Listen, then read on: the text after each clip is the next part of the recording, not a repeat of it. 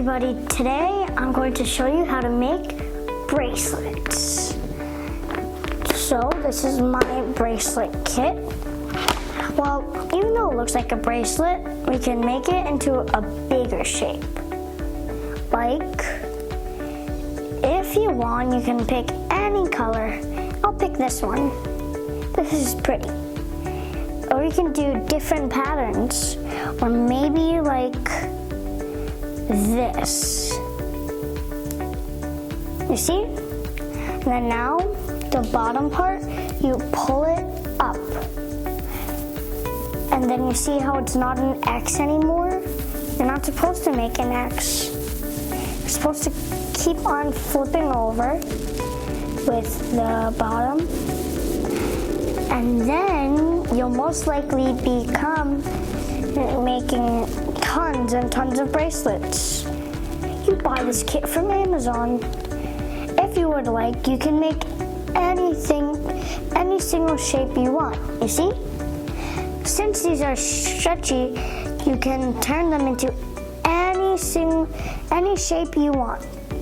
Like a mermaid, or a unicorn, or a tiger, or a snake. It's already going to be a snake once you're done making it, but if you would like, you can draw eyes on it. These are just tiny rubber bands, just teaching you how to make. If they're too close together, it's going to be too hard to make. So, you would really want to be very careful, since sometimes it gets knotted. Well, that's okay, because then you can always remember the right one. You see how pretty it looks now? Same for all of my other bracelets. You can also, when you're done, you can also put it on your ankle. So now we're gonna keep on doing the pattern. And then once you're done making it, you can attach it with something called the connector. And those help you to connect these together. Right now I'm in a knot.